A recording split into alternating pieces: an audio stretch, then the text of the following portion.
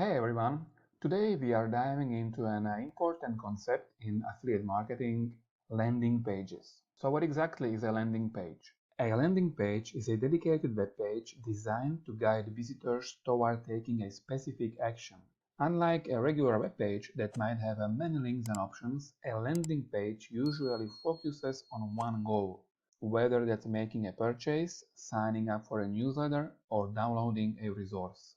Here's how it works. Imagine you're promoting an ebook through affiliate marketing. When someone clicks on your affiliate link, they don't just go to a general website.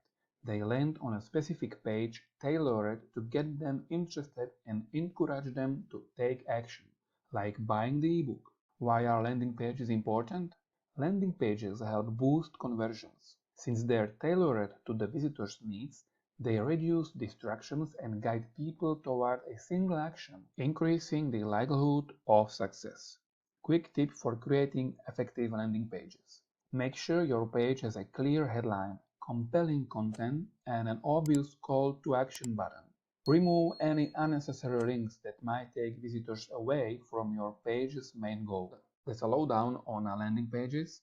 Thanks for watching and check out the rest of my glossary videos for more affiliate marketing tips.